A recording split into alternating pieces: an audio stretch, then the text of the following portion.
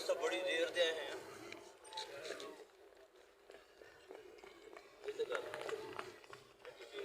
ਤੁਸੀਂ ਉਧਰੋਂ ਫਿਰ ਬੜੀ ਲੇਟ ਆ ਗਏ ਭਾਜੀ, ਤੁਸੀਂ ਬੜਾ ਲੇਟ ਹਟੇ, ਇਸ ਤੁਹਾਡਾ ਬੜਾ ਇੰਤਜ਼ਾਰ ਕੀਤਾ ਤੇ ਤੁਸੀਂ ਜਦੋਂ ਗਏ ਉਹ ਆ ਗਏ ਸਵੇਰੇ ਸਵੇਰੇ ਨਾਲ।